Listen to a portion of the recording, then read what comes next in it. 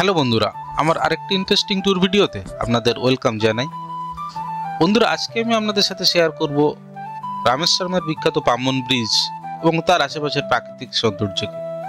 এই রামেশ্বরমের পাম্বন ব্রিজটি অবস্থিত দক্ষিণ ভারতে, আর এই লোকেশনে আছে একদিকে বঙ্গোপসাগর, তার দিগন্ত বিস্তৃত জলরাশি, আর অন্যদিকে ভারত মহাসাগর। সুতরাং এই পাম্বন ব্রিজটিতে আপনি যদি যান, তাহলে এই পাম্বন ব্রিজে দাঁড়ালে আপনি দেখতে পাবেন একদিকে বঙ্গোপসাগর আর একদিকে দিগন্ত বিস্তৃত ভারত মহাসাগরকে। এখান থেকে একটা প্রাণ ভরে সৌন্দর্য কিন্তু আপনি উপভোগ করতে পারবেন এই দুই মহাসাগরের।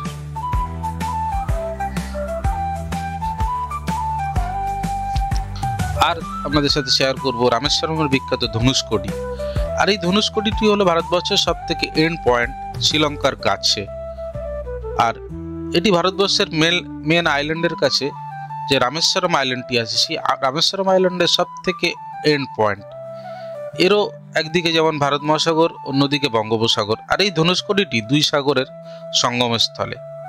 আর এই ধনুষকোটির পরে কিন্তু আর কিছুই নেই, এখান পরে শুধু সমুদ্র আর সমুদ্র। আর এখান থেকে মোটামুটি 25 থেকে 30 কিলোমিটার দূরে আছে শ্রীলঙ্কা।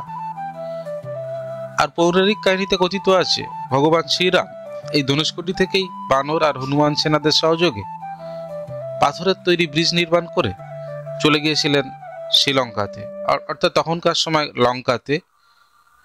আর আমার জার্নি শুরু হয়েছিল চেন্নাই ইগমোর রেলওয়ে স্টেশন থেকে। আর এই চেন্নাই কিভাবে আসবেন তার উপরে আমার একটা সেপারেট ভিডিও আছে, যেখানে আমি চেন্নাইয়ে কিভাবে আসবেন, চেন্নাই কোথায় কোথায় ঘুরবেন, কোথায় বা থাকবেন, তার বিবরণ নিয়ে একটা ভিডিও অলরেডি আমি তৈরি করেছি। প্রয়োজনে আপনারা দেখে নিতে পারবেন। ভিডিওটি আমার এই ভিডিওর ডিসক্রিপশন বক্সে দেওয়া আছে। আর আজকে আমি চলেছি রামেশ্বরমের পথে। আর আমি চেন্নাই ইগমোর থেকে রামেশ্বরম এক্সপ্রেসে ওয়ান নাইট যাত্রা করে পৌঁছে গেলাম মণ্ডপম রেলওয়ে স্টেশন। আর এই মণ্ডপম রেলওয়ে স্টেশন থেকে আমি একটা রিজার্ভ ক্যাব নিয়ে পৌঁছে যাব রামেশ্বরমের ধনুষকোটিতে। আর রাস্তায় দেখে নেব বিখ্যাত পাম্বন ব্রিজটিকে। আমি এখন চলে এসেছি মণ্ডপম রেলওয়ে স্টেশনের বাইরে। এখান থেকে আমি এখনই আমার যাত্রাটি শুরু করব। এই পাম্বন ব্রিজ পার হয়ে আমি পৌঁছে যাব ধনুষকোটি। আর এই পাম্বন ব্রিজটি রামেশ্বরম আইল্যান্ড আর ইন্ডিয়ার মেন আইল্যান্ডকে কানেক্ট করে। এখানে একদিকে যেমন ভারত মহাসাগর, একদিকে আছে বঙ্গোপসাগর। সত্যি খুব সুন্দর একটা দেখার জায়গা। এখানে আপনি দিগন্ত বিস্তৃত সমুদ্রের জলরাশিকে কিন্তু প্রাণ ভরে উপভোগ করতে পারবেন।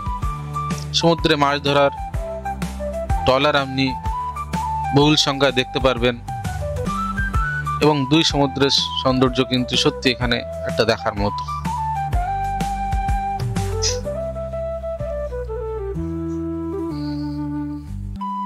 এখানে কিছুটা সময় কাটালে একটা অপূর্ব অভিজ্ঞতা কিন্তু আপনি নিতে পারবেন। এখানে আমরা দেখতে পাচ্ছি দুটো রেলওয়ে ব্রিজ। একটা ছিল পুরানো রেলওয়ে ব্রিজ, যেটা অনেকটা ক্ষতিগ্রস্ত হয়েছে বলে এটি সাধারণত এখন ট্রেন একটু কম চলে। আর একটা নতুন রেলওয়ে ব্রিজ সামনে নির্মাণ হচ্ছে, আপনারা দেখতে পাচ্ছেন। এটা খুব তাড়াতাড়ি চালু হয়ে যাবে, তখন একদম রামেশ্বরম পর্যন্ত যাওয়াটা অনেকটা ইজি হয়ে যাবে। এখন ট্রেন চলে, তবে একটু কম চলে, যেহেতু এক্সিস্টিং যে ব্রিজটি একটু পুরানো হয়ে গেছে বলে। তবে কয়েকদিনের মধ্যে এই নতুন ব্রিজ দিয়ে ট্রেন চলাচল স্বাভাবিক হয়ে যাবে। আর এখানে এখন আমরা দাঁড়িয়ে উপভোগ করছি ভারত মহাসাগরের জলরাশিকে। পাম্বন ব্রিজ থেকে ধনুষকোটি যাওয়ার পথে আমরা একটু আমাদের ব্রেকফাস্ট সেরে নিচ্ছি। রাস্তায় অনেক হোটেল আছে, আমরা ক্যাব ড্রাইভারকে বললে এই ধরনের হোটেলে আপনাকে নিয়ে যাবে। এগুলো ধনুষকোটি যাওয়ার পথে পড়ে। এখানে আপনি সব রকমের খাবারই পাবেন। এখানে নর্থ ইন্ডিয়ান, সাউথ ইন্ডিয়ান খাবার পাবেন। আর ব্রেকফাস্ট সেরে আমরা এগিয়ে চলেছি ধনুষকোটির পথে। মাঝে আরেকটি টেম্পল আছে, সেটা হচ্ছে বিভীষণ টেম্পল। এই বিভীষণ টেম্পলটিও আপনি দেখে নিতে পারেন এই ধনুষকোটি যাওয়ার পথে। আর এই ধনুষকোটি যাওয়ার পথে এখন কিন্তু দুই দিকে সমুদ্র স্টার্ট হয়ে গেছে। ডান দিকে দেখতে পাচ্ছি ভারত মহাসাগর, আর বাঁ দিকে আপনারা দেখতে পাচ্ছেন বঙ্গোপসাগরকে। এখান থেকে যাওয়ার সময় একটা অন্যরকম কিন্তু অনুভূতি সত্যি হয়, এবং এখানকার সৌন্দর্য সত্যি প্রাণ ভরে উপভোগ করার মতো। একদিকে ভারত মহাসাগর এবং তার উত্তাল জলরাশি, অন্যদিকে কিন্তু শান্ত বঙ্গোপসাগর।